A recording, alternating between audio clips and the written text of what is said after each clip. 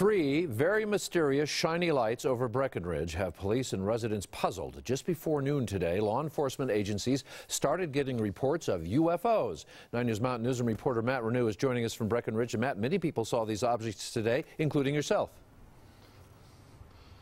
You bet, Mark. It has been the talk of the town around Breckenridge all day. Even if now here at 5 o'clock, I'm about the only person willing to get in front of a camera and talk about the UFOs that were flying overhead. There was 3 white dots, I'll show you, that were flying over a Breckenridge behind me late this morning. Looked as if they were hovering right over Baldy Mountain behind me.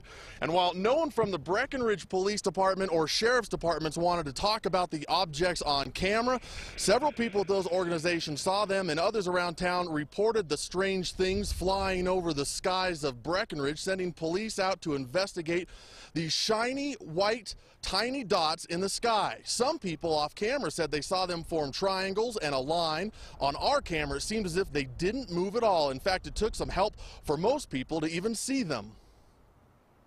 The very top of the trees, and then just go to the left in the blue sky. There's all those kind of wispy clouds. Yeah. There's a white dot right in near the edge of those wispy clouds. So just to the left of the second pine tree, there's a white dot. The FAA didn't have a comment on what these dots could be, nor had said they're not tracking any abnormalities at this time. But yesterday, a TV station in Utah reported very similar white dots appearing in the sky over Utah. The objects were visible for about 3 hours. They showed up best when the sun was reflecting off of them, Mark. We also called the Strategic Command as well, U.S. Strategic Command. They said they aren't tracking anything, but they typically track those objects that come in from outer space and then enter orbit. They believe whatever these were probably below their range of tracking. And not drones, you don't think, Matt?